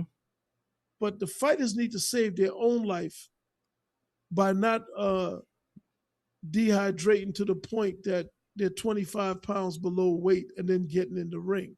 Right. They can't be that stupid. Because a You know lot what of I them, mean? because let them know, a lot of previous fighters passed away from being weight drained and getting punched on. They were dehydrated going into the ring. They were Yeah, you cramping got. up. A lot of them passed away. And the only reason why people uh, cut all that weight is because they don't want to fight anybody their size. Right. That's really what it comes down to. Mm-hmm. There's talk that that Spence was a weight bully, But he definitely and was. I'm a Spence fan, Me right? too. There's Yeah. talk that Spence was a weight bully. Mm-hmm. There's talk that David Benavidez is a weight bully, Yeah. and Devin Haney is definitely a weight bully. David Benavidez looked like he walks around like 200 pounds. Yeah, and he's fighting at 168. Yeah, he looks like he walks around 200. And remember, he's a reformed porker too. He was always chubby. Yeah, they said he was a heavyweight as an amateur. Right. He was like 13 fighting. He was fighting grown ass men at 13 years old. Yep. Even Sean Porter. Remember Sean Porter was big. He was a middleweight or some shit like that when he was when he was younger. I don't Devin, speaking of David Benavidez, why you think Canelo ducking him? Yeah. Um, this is my theory on it. You know, boxing has always relied on a top 2 to 3 guys to carry the sport. Mm. I remember when Ken Norton talked about his controversial loss to Muhammad Ali. Mm-hmm. And he said that he understands that Ali was bigger than boxing Mm-hmm. and the game needed Ali. Right. So they wasn't going to let him lose. I think Canelo, he is the biggest draw in boxing right now. Mm-hmm. It will not help boxing for somebody to destroy him. Right. Because he has a Until country. Because he has a country. Even though David Benavidez is Mexican as well, but he's more Mexican American. yeah, but even Mexican Americans like Canelo. You know what No, I this is mean? what I'm saying. Because remember, Yeah, at one point they loved De La Hoya. But when yep. he beat the shit out of Chavez, they hated him because Chavez is he's a Mexican. You're a Mexican American. It's not the same to Mexicans. They're gonna love. And David is half Ecuadorian as well. Wow. See. His father's Mexican and his mom is Ecuadorian. Sometimes he wears both flags into the ring, you Wow. know. But in any event, I think the sport of boxing, they protect Canelo. Mm-hmm. Canelo's had like 65 fights. He's Mm-hmm. only 33, I think, around there. But he's kind of shot, right? Mm-hmm. So what they do to protect him is they give him Euro fighters who aren't that good, Mm-hmm. literally from Europe. I'm not saying Euro to mean white. Mm-hmm. I mean European Right, fighters right. who generally aren't that good because they don't have the same level of competition, right? Mm-hmm. Or they'll give him guys like Jamel Charlo That he's gonna little Charlo, not even big Charlo. that moved up from two weights, Mm-hmm. you know what I mean, to fight him. And so he knows that a guy who's coming up from a lower weight, their punches aren't going to hurt Can't him. hurt him. Mm-hmm. So it's the fight is fixed, but it doesn't matter because the revenue is needed to keep the sport going. Mm-hmm. And And he's a and cash that's cow. just And he's the cash cow and right now. and it'll be like that until someone comes along who look like they could carry that load, you know. But What do you I think don't about know. Tank? I like Tank a lot. I think he does give away too Yeah, many but rounds. 135 is not going to carry the sport of boxing. Right, it's not. Tank is an anomaly. Right. You know, people say he only sold 250. And when I was watching boxing coming up, there was no way that a lightweight would headline a pay-per-view event. Right. You know what I It'd mean? be the Like, headliner in yo, the Barclays and different places like yeah, that. Yeah. man. Like, Yeah. so to me, he's an anomaly. He's a product of a new era. You know, like I'm from when heavyweights ruled. Facts. We saw heavyweights, and then they would have those lighter guys. They'd fight for titles too, They were but the they would be openers on though. Yeah, they were they the were the undercard. undercard. Mm-hmm. Yeah, they weren't the main event. Right. You know, they were the I think undercard. Floyd changed that, right? Floyd became like the main event guy of Well, I don't, you know, I think again, and I've explained this to people before. As the heavyweights go, so does boxing. But after Lennox Lewis, there was no heavyweights who could carry boxing. The Klitschko certainly couldn't. yeah. So it created an opportunity not just for Floyd, but for UFC as well. Mm. Had there been a Riddick Bowe, a Evander Holyfield, a Lennox Lewis, a Mike Tyson, a George Foreman like the 90s had, there would have been no UFC. Right. The void that was created by credible heavyweights, in my opinion, it gave rise to Dana White and UFC. Right. Because we And wanted to see ass whoopings and they was whooping each other ass. Yeah, because man, boxing got kind of boring. Right. Because it didn't have ruling heavyweights. Right. So I think Al Heyman and them, they understood that, and even though Deontay Wilder, who lost tonight, started fighting at 20 years old, he gave the people what they wanted. He knocked out his first 39 people or something to that effect. Like, so it gave hope, you know, but you know, there's a contingent I call the boxing bigots, right? Mm-hmm.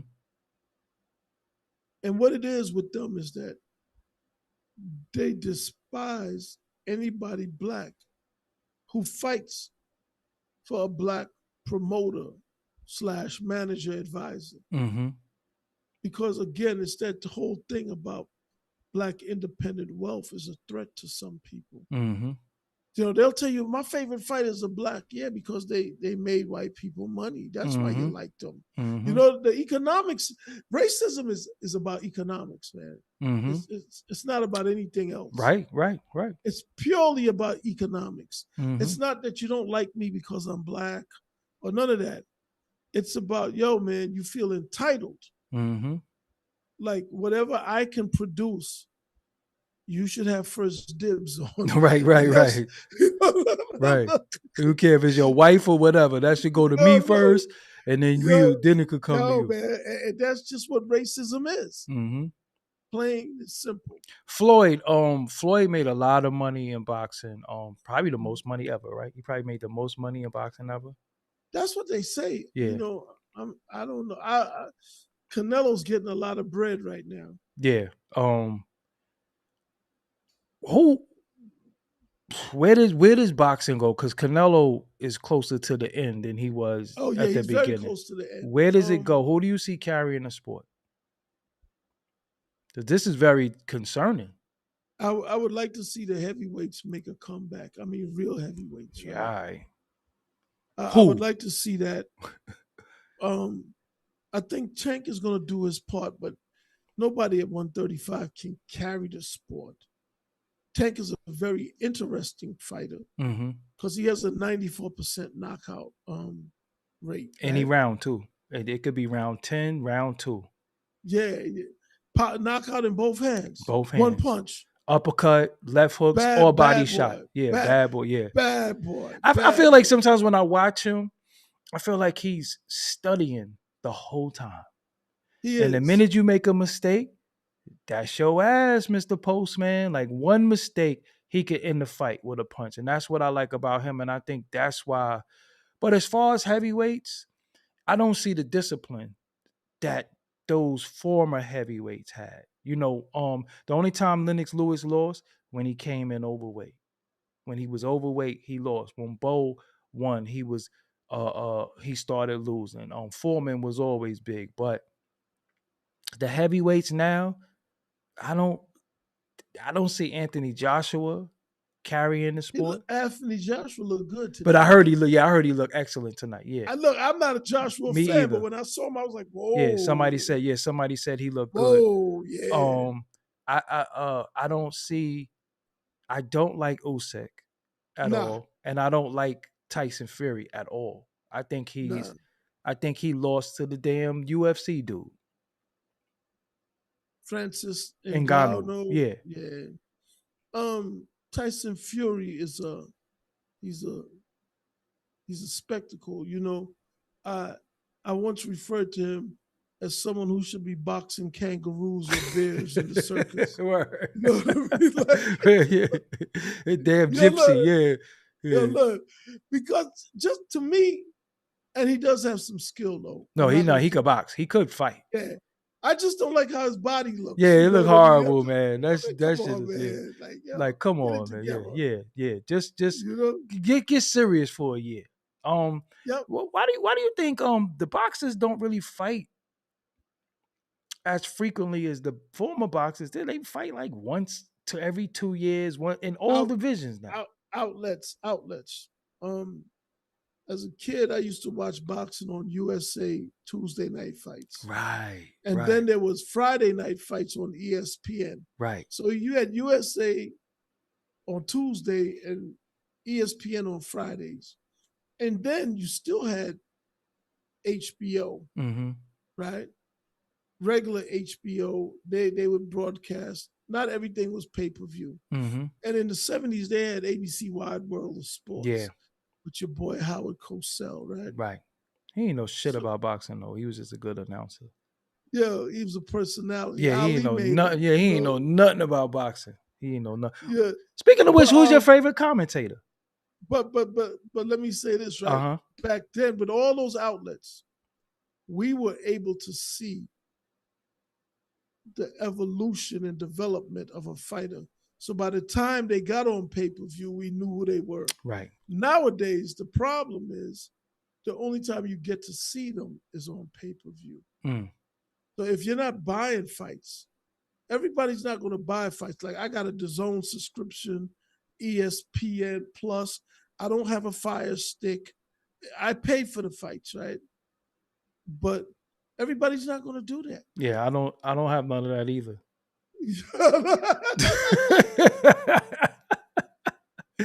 I don't got look, but my favorite. You asked who's my favorite announcer? Yeah, ringside fight caller. I turned the volume off, Oh, man. for real?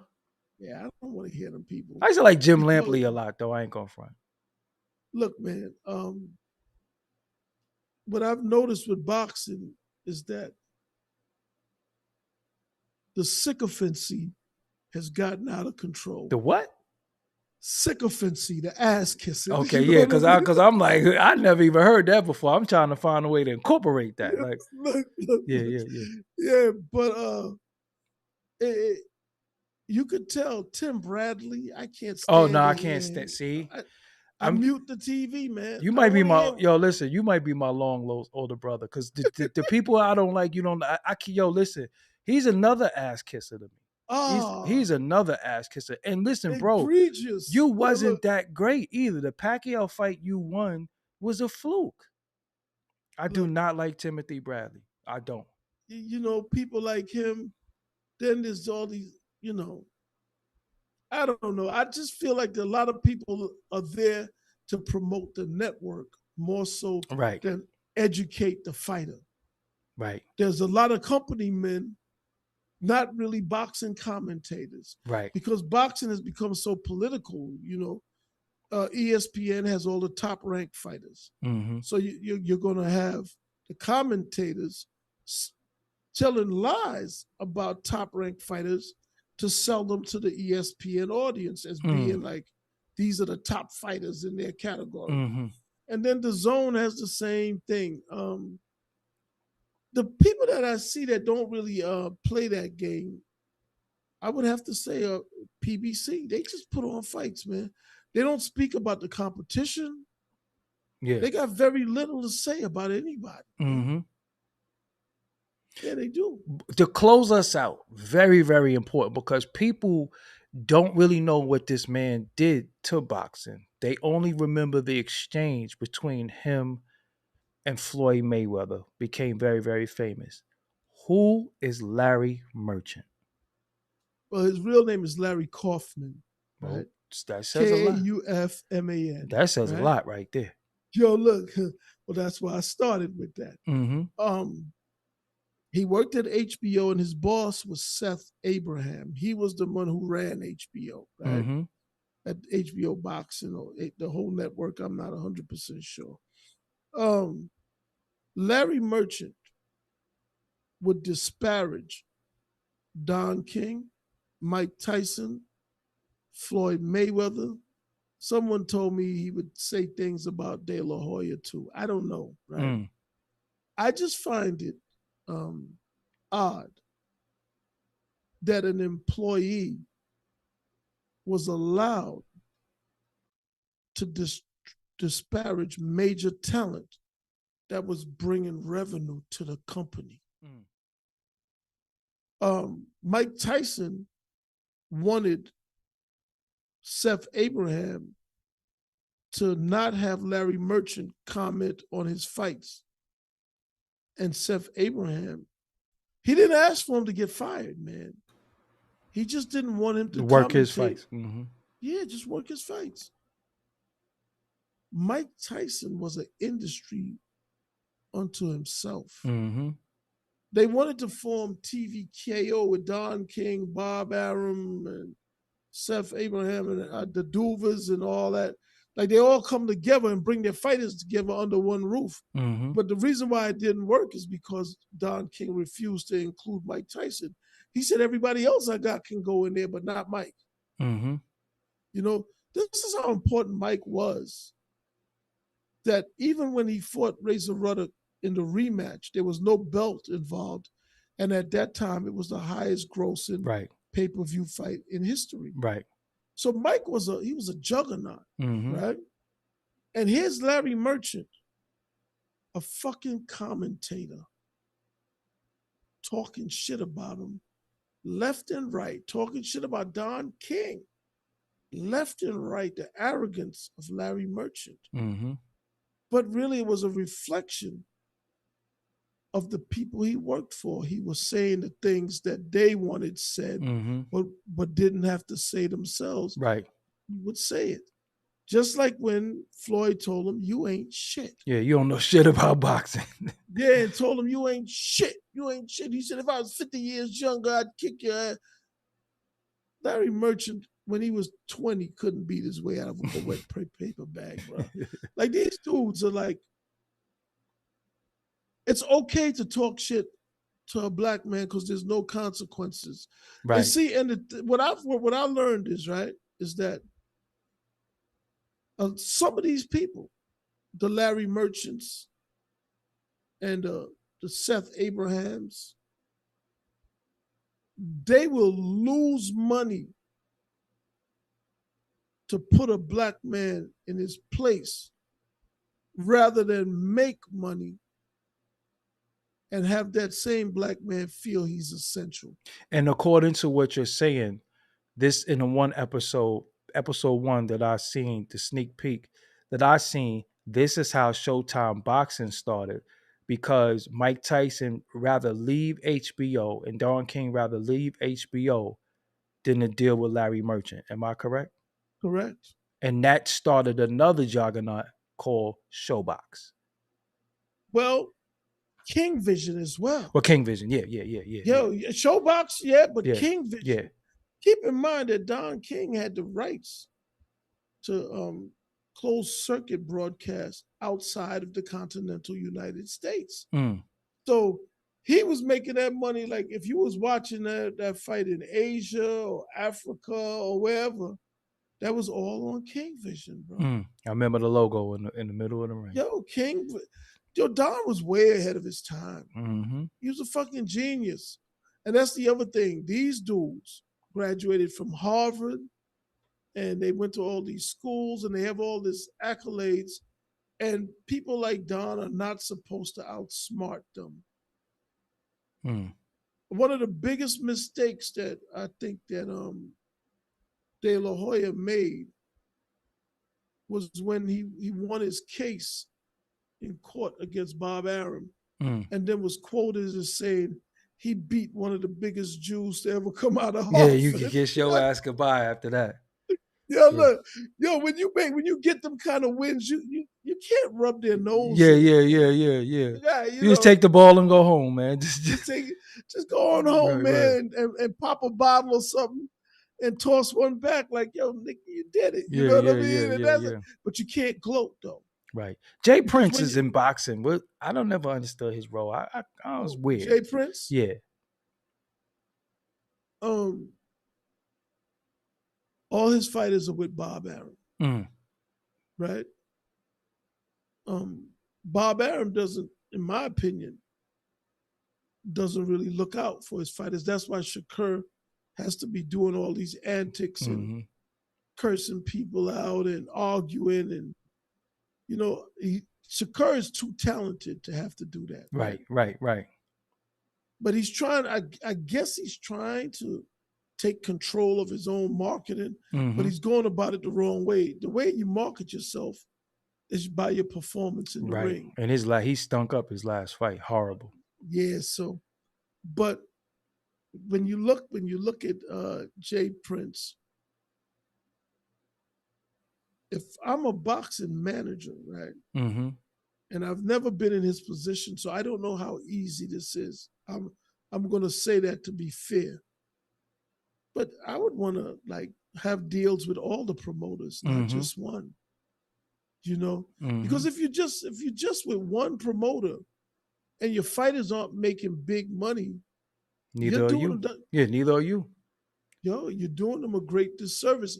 I won't say neither are you, because what if you're getting paid just to keep them in a certain space? Bob Arum does not promote his black fighters.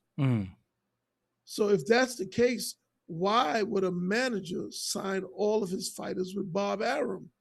Or is it that Arum is telling the fighters, I'll sign you, but you got to take him as your manager? Yeah. There's things going on. There's something going on there, because it works out great for, I think, Prince. And it works out great for Bob, because Bob doesn't look like the bigot that he is, right? Because, I got these black fighters, and he'll use them at his own discretion, but he doesn't get behind them. Jared Anderson, a heavyweight, top rank. He was talking about quitting boxing. Right. What's going on with these young fighters? And for some reason they talking about quitting boxing. But look, it means some they're reason disappointed. Floyd Mayweather got away from both of them. Remember, he got away from Jay Prince and Bob Arum. Well, I wouldn't say some reason. I think it's pretty obvious. No, I'm just saying, if we gonna play like we don't know what's going on, ask Floyd. Listen, look, man, check this out. Earlier in this discussion, I talked about Bob Arum's introduction to boxing. Bob Arum worked for the Department of Justice, investigating boxing, auditing boxing. He was a Fed, right? Allegedly, someone had Floyd's people at gunpoint or something in a gym and roughed them up, had them stripped naked or whatever. But Floyd was signed to Bob Arum. What are the odds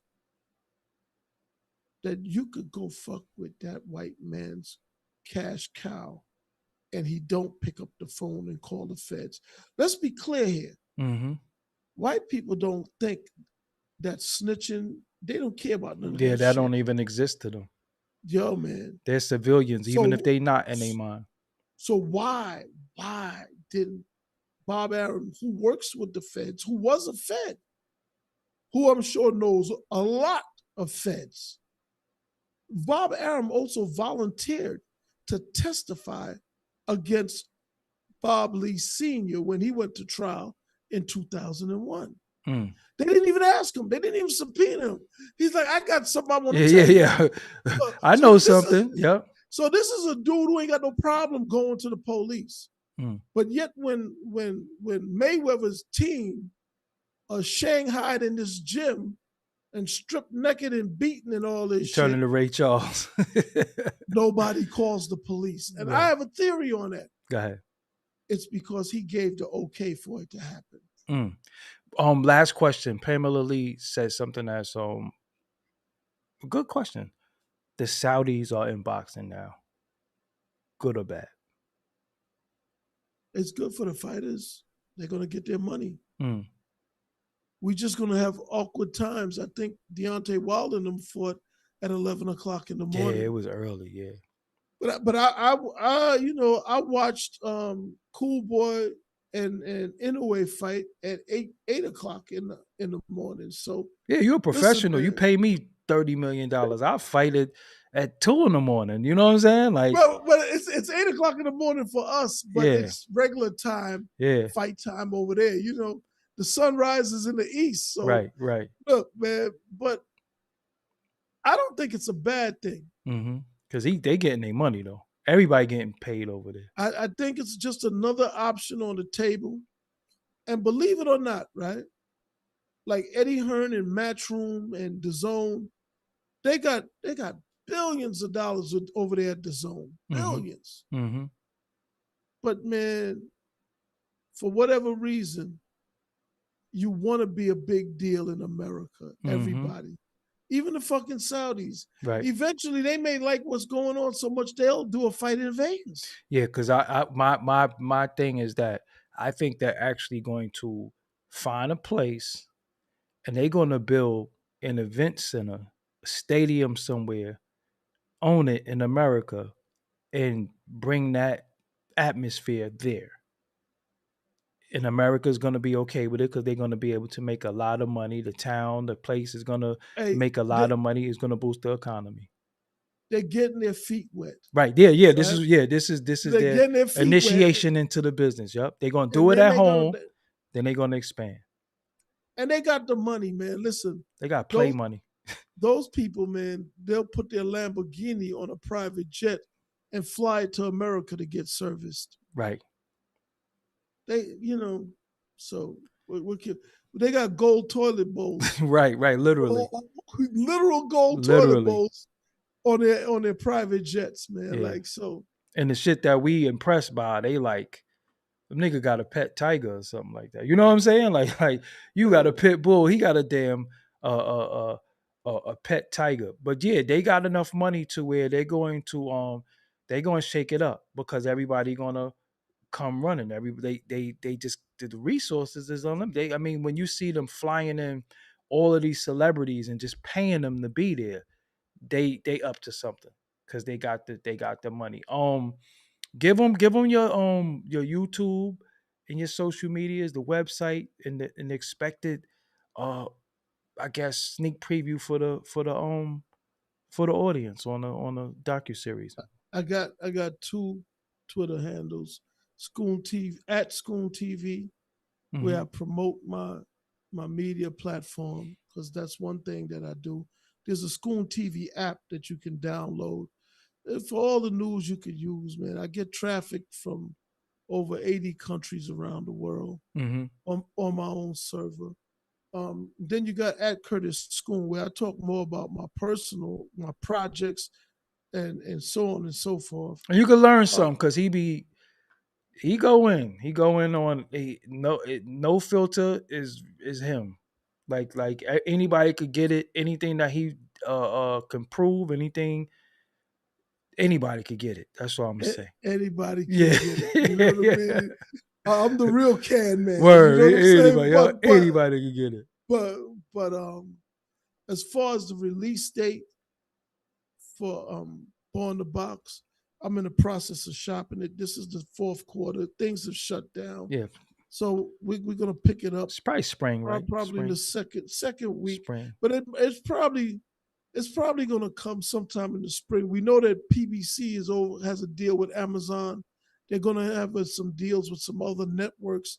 I'm not free to discuss the networks, but Right, I right, do right. have some insight, and I'm trying to get placement in these places. I'm definitely looking for $500,000 an episode, and people have tried to Lowball you. temper my expectations, not Okay, lowball me. okay. But I do my research, and I know that I spoke with Alfred Spellman and Billy Corbin years ago. Mm-hmm. They did 30 for 30, right? I like And they that were one. getting 750 an episode, and it was only 30 minutes long. So if I'm asking for 500,000 today as my base, you know, Mm-hmm. because 750 back then is probably 1.2 right now. You know Right, what I mean? right, So I'm still like, but they gotta pay me though. right. They gotta pay me for my time. And from what I saw, I watched it last night, because I forgot you sent it to me, and I was like, it was something I was supposed to do, and then I knew we was doing this today, so I said, you know what? Oh shit, watch the documentary so you at least have some type of insight and can refer to it. It's called Born the Box. I saw the sneak preview of episode 1. Um, I didn't take my eyes off it. It wasn't boring. It was very well narrated, very well put together. And I learned something, and that's what I look for from any docu series or documentary. I actually learned something that I didn't know, and that was what I appreciated about the most because I took you out of the equation. Um, and I was like, damn, I didn't even know that, and it made me, it humanized Richard Steele as well as Don King. And because I always I felt the way about Richard Steele when I see him as the referee, I would be like, oh shit, here we go.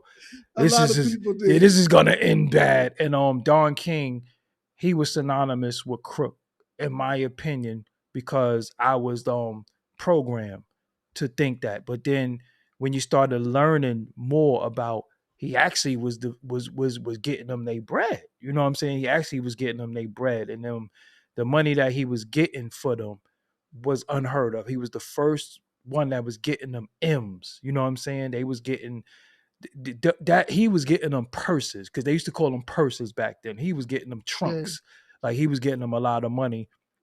And he's a promoter within himself. And he promoted boxing all day, every day. And y'all gonna really, really, really, really, if you're a boxing, if you a fan of the pugilistic sport that it is, you gonna. So you got Don King one.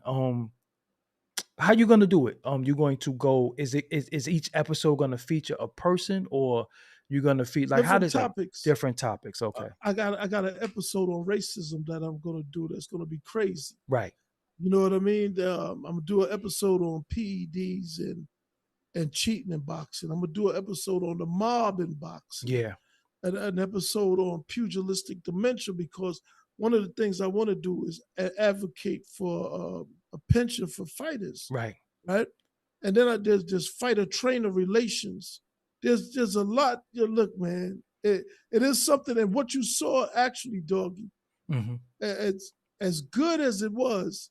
It's not the actual finished product. Yeah, I It's could a tester. It was like a tester. It was like a tester it's a because you proof had of the logo. concept. Yeah, because you had the Yeah, logo on it, so nobody can steal it. I yeah. saw that. It's I a saw it's that. a it's a proof of concept. Right. And I did the narration, but ideally I would like Chuck D to do the narration. So I'm gonna reach out to him. But I'm gonna wait until I have a budget. You know, I like Chuck D or because Mike Tyson used to come out to Welcome to the Terror Dome. Welcome to the Terror Dome. Hmm. Yeah. And that If shit, you yeah. if you watch the footage that's on the website, which Hmm. is They put it in there. borntoboxfilm, Yeah, they put it in there. Hmm. borntoboxfilm.com. If you go in there, you'll see I use that song, Welcome to Oh, the for real? Terror Wow, Dome. see, look Yeah, how crazy yo, that look, is. listen, man, that's the thing, when somebody who is, I don't like to use the word, but of the culture Hmm. creates something about the culture, it'll be undeniable, and it'll be visibly distinct from Mm. the junk food that we've been given Right, right, previously. right, right. Yeah. Would you would you highlight more lightweights like lighter weights like I Zab would and highlight everybody. My vision is for it to not just be a one off, not just one season. got I you? would I would like to keep doing it season after season, but we have to see how it plays out, because as I'm dealing with a lot of historical significance in boxing. Mm-hmm. I'm gonna give you a tidbit, right? Mm-hmm. There was a statue of Rocky in They don't even Philadelphia. got they only got one of Joe Frazier. No, they finally They gave him finally one. gave okay, yeah. Yeah, yeah. But it took decades Mm-hmm. for them to. They gave a fictitious fighter a statue. When you think of boxing in Philadelphia, you don't think of Rocky. You think of Joe Frazier. Right, right. But there was a statue of Rocky, and there was no statue of Joe Frazier. Mm-hmm. These things happen a lot, and it's so normal that we don't think it's a big deal, It is a big right? deal because he was And once the heavyweight champion of the world that beat Muhammad Ali. he used to look out for Ali when Ali Yeah, couldn't box. and people cried when he beat Ali. Like he was set up to lose because I ain't going front. I like Muhammad Ali, but Muhammad Ali did Joe Frazier wrong, man. The gorilla in Yeah, Manila, call him a Tom, all that all shit. kinds and this Yeah, man used to look out yeah, for him, bro. Like yep, Ali was horrible in that yeah, respect, man. yep, But hey, as boxing history, I want to educate the new fans about right, why right, boxing is such a great sport. right. And then once we do that with the first season, then we can get in more of contemporary times Mm-hmm. and issues, and showcasing different different fighters, different trainers, different promoters, helping people understand the business. People don't really have an appreciation for boxing because they don't understand where it came from Mm-hmm. and why it was great to begin with. And I had a chance to be around a kid by the name of David Flat Sparks, and he fought right.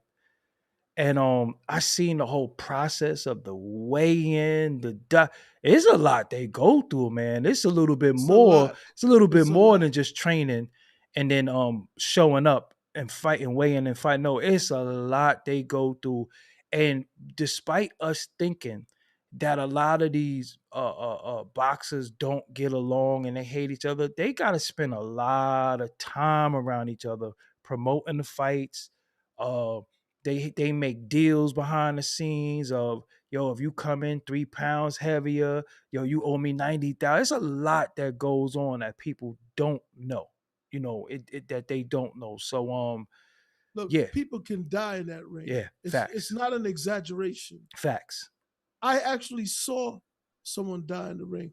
It was a Russian fighter at the harbor in Maryland here at the MGM, and Buddy McGirt was his trainer. Mm. And as you can see, I You got Buddy interviewed Buddy McGirt in there McGirt. too. Yeah, yeah, Yeah, yeah. I talked to Buddy about that, and Right. we broke it down because that's going to be in the different episodes because there's so much content. I think the If you first go person to to die was Dooku Kim, right? no, I think Emil Griffith had killed a guy named Benny Kid Paret Okay. back in the 50s, but people been dying in boxing for a Right, long right, right, time, right. man. Yeah, Because the Gerald Eh, McClellan is a tragedy. and Nigel Benn, yeah. Yeah, because he knocked Nigel Ben out the ring. First of all, that was supposed to have been a disqual. He's supposed to have won automatically because the guy went out the ring. Right or wrong? I'm not sure about Yeah, I that. think he's I supposed know to. Gerald was my guy, I man. loved you because when he beat Julian Jackson was whooping everybody ass. The Hawk. Yeah, Look what he used to say. I like to thank my Lord and Savior yeah. Jesus And remember, he used Christ. to knock people out, and he go once Yeah, he do that. Yeah, Julian Jackson, that flat top, yo, he was knocking everybody out. from the Virgin Yeah, Islands. Yeah, Julian Jackson, and when he fought Jerry McClellan that night, I was watching Nigel Ben, um, what you call it, father, damn, what's the kid father, Nigel Who? Ben. He's What you talking about? His son Connor Ben. Connor is his Nigel's son, but the other son from the UK. I'm looking at his face Yeah, right now. I he had know the who you flat talking top. He got about. a bald head now. He talk a little weird to me. Let me just say that. But Yeah, his father used to be like the weird dude. yeah, that Posky him and from Nigel off of Ben had Ted. that big Yeah, fight. yeah, Yeah, yeah, yeah, yeah, yeah, yeah. yeah, yeah. So I'm like I said, I've been watching boxing since I can remember. I love boxing. I mean, my favorite fighter will always be Mike Tyson. I'm from Brooklyn, so I gotta say that. My favorite smaller fighter will be James Toney. I love James Toney, and uh, I even used to I used to watch every weight class. Marvin Yeah. Hagler, James Toney, Mike Tyson. Um, I couldn't stand Chavez. Oh, Pernell Whitaker. I love Sweet Pea too. Yeah, Yo, I Chris like I Eubanks. like Chris Eubanks. I like Chavez, man. I But he do. was fighting a lot of beer cans, man. They like padded his record, man. I ain't like Chavez. He had a vicious body shot though. I ain't gonna lie. But Chavez, he earned his. But Chris Eubanks, that's what I'm talking about. Yep, Chris Chris Eubanks, that's Eubanks. what I'm Yep. talking about. Yeah, him and and even Joe Calzaghe whipped all they ass though. But he never came over here though. He beat Roy and he beat Bernard Hopkins. Yeah, he beat them late in the game Right, though. right, But right, right. But he retired undefeated too. yeah, He retired undefeated. Andre Ward too. You yeah, know. So we could talk boxing all night. Like I said, I do love the sport. That's why this documentary means something to me. Um, I watch every fight. I even watch Better BF. I watch everything. You know what I'm saying? Like I ain't gonna lie, I watch everything. I watch if a fight is on, I don't care who it is, I don't care the weight. I just don't watch women. No, I ain't gonna lie, I don't watch no female boxers. It just does nothing for me. You know what I'm saying? Like, like it's like watching the yeah, WNBA, huh? it ain't gonna do nothing for me. I want to see somebody get knocked out. Damn, I used to love Vernon. Rest in peace to Vernon Forrest too, man. I like Vernon Yeah, Forrest. And Paul Williams was one of my favorite fighters too. You know what I'm saying? Paul Williams yeah. was You know for sure. yeah, Paul Williams. He lost to Sergio Martinez. Sergio Martinez knocked him the fuck out though. Sergio Martinez knocked him out. Yeah, I used to, like I said, I know all the boxers, all the fight from any era. I would sit there and watch boxing, from Max Schmeling and Joe Louis to Jersey Joe Walcott to everybody. So Scoon, there's always what they just heard Yeah. was our phone conversation. That's what we talk about on the phone. Like Yep. sometimes we be Yep. on the phone, we be on there for hours talking about a lot of stuff. I do want to bring you back because I want you to Whenever, man. yeah, I want you to be able to shed some light on what you think is going on in the culture with this whole Diddy thing and Russell and a bunch of people, because they don't know you dibbled and dabbled in the industry, film industry, as well as you doing the boxing thing now, and you actually produce some episodes of American Gangster. Am I right? Yeah, yeah. Yeah, The all right. Supreme Griff episode, the Jamaican Shower Posse episode. I should have got credit for the Fat Cat episode. I was actually on camera for that. They wanted me on camera for the other ones. I didn't want to be, Right. Yeah. All right. So, we thank y'all for joining us tonight. Make sure you subscribe to Scoon TV on YouTube. If you go in the chat, all of everything pertaining to him. Oh yeah, Ray Mercer and Tommy Morrison. I love that. I love that fight. No, I like. You know what I like more than that? The what's his name? Ben, that knocked Tommy Morrison out. What's his first name? Ben. I think it was. It's not Nigel. It's something Ben that knocked Tommy Morrison out when he was a Oh, prospect. Michael Bent. Michael Bent, Michael yeah, yo, Michael he, Bent. He was from Queens. yeah, Yeah. I love that. Yeah, yeah. Jamaican dude. I Yeah, I used to know him. love when the Duke, because they said he was related to John Wayne. I'm like, John Wayne, you know what I'm saying? So, yeah, I like that. Even he was in Rocky. Anyway, Yeah. so yeah, as a reminder, if you're enjoying the content, make sure you subscribe, like, leave a comment, and share. Thank y'all for joining. Make sure you subscribe to Scoon TV. The link will be the first pinned comment. Follow him on Twitter. Just listen, just Google Curtis Scoon.